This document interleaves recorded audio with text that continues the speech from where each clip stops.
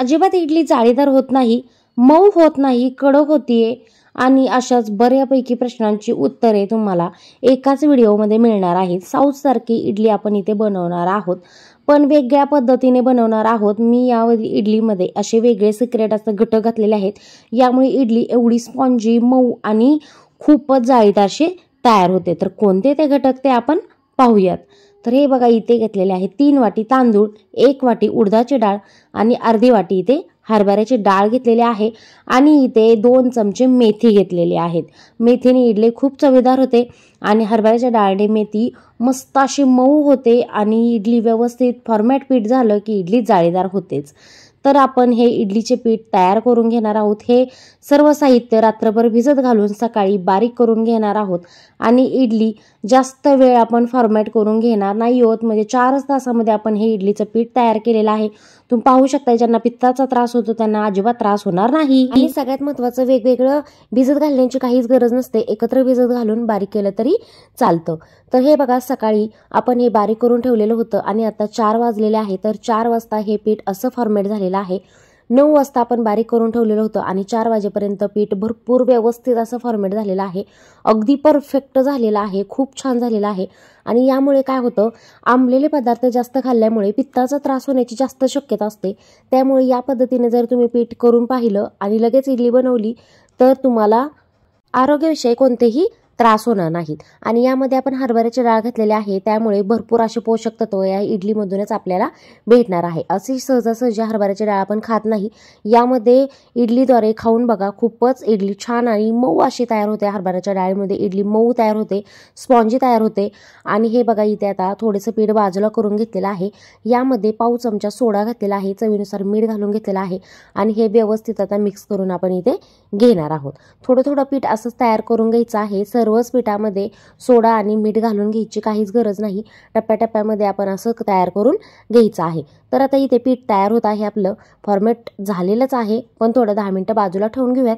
तोपर्यंत हे बघा, इथे उकडलेले बटाटे घेतलेले आहे, 4 उकडलेले बटाटे आहेत मीडियम साईजमध्ये, 7 ते 8 लसूणच्या पाकळ्या आहेत, 1 इंच आलं आहे, 2 मिरच्या घेतलेल्या आहेत, कढीपत्त्याची पाने आहेत, त्याचबरोबर भरपूर अशी कोथिंबीर आहे आणि पाऊण वाटी इथे वाटाणे सोलून घेतलेले आहेत।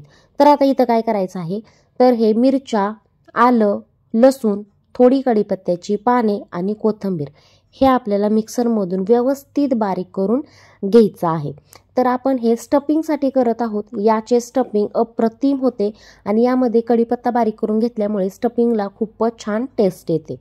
तर आता हे बघा, हे व्यवस्थित आपण बारीक करून घ्यायचं आहे, यामध्ये जिरं सुद्धा घालून घ्यायचं आहे आणि हे बारीक करून घेणार आहोत। आता इकडे कढईमध्ये 2 चमचे तेल घालून घ्यायचं आहे, तेलामध्ये चिमूटभर हिंगाची फोडणी लावून घेऊयात, थोडंसं जिरं आणि अर्धा चमचा मोहरी घालून व्यवस्थित फोडणी लावून इथे घेणार आहोत। तर मी तुमच्यासाठी अशाच नवनवीन युनिक रेसिपी घेऊन येण्याचा प्रयत्न करत असते। तर तुम्ही जर आपल्या चॅनलवरती नवीन असाल तर चॅनलला सबस्क्राईब करायला अजिबातही विसरू नका, त्याचबरोबर बेल आयकॉनवर क्लिक करायलाही अजिबात विसरू नका, म्हणजे तुम्हाला माझ्या या नवनवीन युनिक रेसिपी सर्वात आधी दिसत राहतील। आता या जिरा मोहरीला मस्त अशी फोडणी लागल्यानंतर यामध्ये ही मिरचीचा ठेचा आपण जो तयार करून घेतलेला आहे तो यामध्ये घालून घ्यायचा आहे। मिरचीचा ठेचा व्यवस्थित लाल होईपर्यंत आपण परतवून घेतलेला आहे, यामध्ये थोडी 4-5 कढीपत्त्याची पाने शिल्लक होती ती घालून घ्यायची आहेत, त्याचबरोबर चवीनुसार मीठ घालून घ्या आणि हे व्यवस्थित परतवून इथे घेणार आहोत। आता इथे आपण जे वाटाणे घेतलेले आहेत पाऊण वाटी, जास्तीचे वाटाणे घेतले तरी काहीच हरकत नाही। आता हे सर्व व्यवस्थित मिक्स करून आपण इथे घेणार आहोत। आता याला वाफ काढून घेऊयात, वाटाणे थोडेसे कच्चे आहेत आणि बटाटा आपला उकडलेला आहे, त्यामुळे थोडीशी वाफ काढून घेतलेली आहे। 5 मिनिट इथे वाफ काढून घेतल्यानंतर वाटाणा छान असा 75% शिजलेला आहे। आता यामध्ये थोडीशी हळद घालून घ्यायची आहे आणि यामध्ये जो आपण उकडलेला बटाटा घेतलेला आहे तो बटाटा यामध्ये मिक्स करून घेऊयात आणि व्यवस्थित असा हलवून इथे घेणार आहोत। इथे मीडियम 3 ते 4 बटाटे आपण घेतलेले आहेत, छान उकडून चॉप करून इथे घेतलेले आहेत। आता हे वाटाण्यांमध्ये व्यवस्थित मिक्स करून इथे घेऊयात आणि याला पुन्हा एक वाफ काढून घेऊयात, त्यामुळे काय होईल, वाटाणे आणि बटाट्याचा व्यवस्थित असा फ्लेवर एकत्र येईल। तर आता काय करायचं आहे, हे बघा 5 मिनिट झालेले आहेत, वाटाणा बटाटा परफेक्ट असा तयार झालेला आहे। मॅशरने आपण जमेल तेवढा मॅश करून इथे घेणार आहोत, व्यवस्थित असं मॅश करून घ्यायचं आहे। मोठे मोठे तुकडे राहिले पाहिजे, जास्तही एकदम बारीक असं करायचं नाही, तर हे बघा व्यवस्थित असं मॅश करून घेऊयात. तोपर्यंत हे बघा हे आपलं फॉर्मॅट झालेलं पीठ आहे. खूप छान अगदी फ्लफी असं हे पीठ तयार झालेलं आहे. आता आपण इडलीची जी प्लेट आहे ते घेणार आहोत आणि यामध्ये थोडं थोडं हे इडलीचं बॅटर आहे ते घालून घ्यायचं आहे आणि यामध्ये आपण जे स्टफिंग करून घेतलेलं आहे बटाटा आणि वाटाण्याचं ते यावर घालून घ्यायचं आहे. बरोबर मधोमध ठेवून घ्यायचं आहे आणि यावर पुन्हा एकदा इडली बॅटर घालून कोट करून आपण इथे घेणार आहोत. व्यवस्थित कोट करायचं आहे. यामुळे अजिबात स्टफिंग बाहेर येत नाही आणि यामध्ये स्टफिंग भरलेलं आहे हे कोणाला कळणार देखील नाही.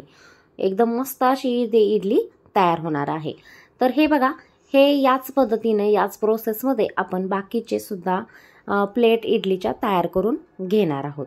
तर हे बघा दुसरा साचा घेतलेला आहे इडलीचा. आता यामध्ये सेम प्रोसेसमध्ये असं थोडं थोडं बॅटर घालून घ्यायचं आहे आणि यावर पुन्हा एकदा मस्त असं हे स्टफिंग घालून घ्यायचं आहे आणि छान असं कोट करून घ्यायचं आहे. लहान मुले असा बटाटा वाटाणा खात नाहीत ना, तर या पद्धतीने करून बघा, एवढ्या आवडीनं खातात. माझ्यासुद्धा मुलांनी खूप खूप खूप आवडीने हे इडली खाल्लेली आहे. सर्वांना खूप खूप आवडलेली आहे. स्टफिंग इडली अजिबातही वेस्ट केलेली नाही, अशीच संपवून टाकली. याला सांबर आणि चटणीची सुद्धा गरज नसते. खूप छान इथे इडली तयार होते. तर आपण या इडलीसाठी सांबर आणि चटणी दोन्हीही केलेलं आहे बरं का. सांबर केलेला आहे, 1 स्टेप सांबर आहे.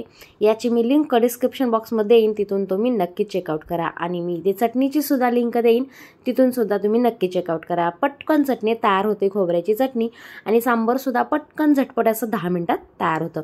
तर इथं तुम्ही पाहू शकता इडली आपली परफेक्ट तयार झालेली आहे. 10 मिनिट वाफेवर एकदम मिडियम टू लो फ्लेमवर आपण ही इडली तयार करून घेतलेली आहे. 10 ते 12 मिनिटामध्ये आपली इडली तयार झालेली आहे. पाण्याच्या बोटाने इडली चेक करून पाहायचं आहे. इडली जर बोटाला चिकटली नाही तर म्हणायचं इडली आपली तयार झालेली आहे. तर आता सर्व इडली पात्र आपण हे बाजूला करून घ्यायचे आहेत, थंड करून घ्यायचे आहेत. 10 ते 15 मिनिट व्यवस्थित असं थंड करून घेऊयात. जर वेळ नसेल तर पाण्याखाली हे इडलीचे पात्र धरायचे आहेत, लगेच इडली व्यवस्थित असे निघते. पण थोडंसं जर 5 ते 7 मिनिट असं जर बाजूला ठेवून घेतल्या, थंड करून इडल्या घेतल्या, तर ते व्यवस्थित अशा निघतात. तुम्ही इथे पाहू शकताय अजिबात देखील खाली चिकटलेले नाही आणि हे व्यवस्थित अशी इडली फ्लॉपी आणि मस्त अशी तयार झालेली आहे. खूप जाळीदार अशी इडली इथे तयार झालेली आहे. तर या सर्व इडली आपण काढून घेणार आहोत आणि यामध्ये जे स्टफिंग भरलेलं आहे ते कुठून सुद्धा बाहेर आलेलं नाही. तुम्ही इथे पाहू शकताय खूपच छान आपले इडली इथे झालेले आहेत. एकदम मस्त अशा फुगलेल्या देखील आहेत आणि पांढऱ्या पांढऱ्या शुभ्र अशा इथे इडली आपल्या झालेल्या आहेत. तर आता काय करायचं आहे हे बघा, तुम्ही बघू शकता जाळे किती क्लीन निघालेले आहेत. एक प्लेट घेऊयात, आपण इडली ही सर्व करूयात. मी तुम्हाला कट करून सुद्धा दाखवते इडली कशी झाली आहे. तर हे बघा इथे खोबऱ्याची चटणी आपण केलेली आहे, कट त्याचबरोबर सांबर सुद्धा केलेला आहे. मस्त झालेला आहे सांबर आणि चटणी सुंदर इथे इडली आपली झालेली आहे आणि टेस्टला तर अशी भन्नाट आहे की तुम्हाला ही इडली खाल्ली ना एकदा की तुम्ही नेहमी याच पद्धतीने इडली कराल आणि घरात देखील तुमची वाहवाही केल्याशिवाय कोणी राहणार नाही. घरातील सर्वांना ही इडली खूप खूप खूप आवडेल. एकदम मस्त इथे इडली तयार झालेली आहे. तर थोडीशी वेगळ्या पद्धतीने आपण ही इडली सर्व करूयात. तर ही इडली तुम्ही फक्त खोबऱ्याच्या चटणीबरोबर सर्व करू शकता. तुम्ही जर सांबर केलं तरी काही हरकत नाही, सांबर करा, खोबऱ्याच्या चटणीबरोबर सर्व करा, किंवा हे दोन्हीही न करता डायरेक्ट इडली दिली तरीसुद्धा खूप आवडते. कारण यामध्ये स्टफिंग आहे, स्टफिंग हे थोडंसं तिखट असं आहे, त्यामुळे ही डायरेक्टसुद्धा इडली खूप छान लागते. तर ही इडलीची रेसिपी तुम्हाला आवडती आहे ना, लगेच जाऊन लाईक करा, जास्त जास्त शेअर करा आणि सर्वात महत्त्वाचं चॅनलला सबस्क्राईब करा, बेल आयकॉनवर क्लिक करा, म्हणजे तुम्हाला या अशाच वेगवेगळ्या नवनवीन युनिक रेसिपी सर्वात आधी दिसत राहतील. चला तर आता उद्या पुन्हा भेटू अशाच नवनवीन युनिक रेसिपींबरोबर. तोपर्यंत पोट खुश तर मन खुश, त्यामुळे नेहमी खात राहा आणि हसत राहा. थँक्यू.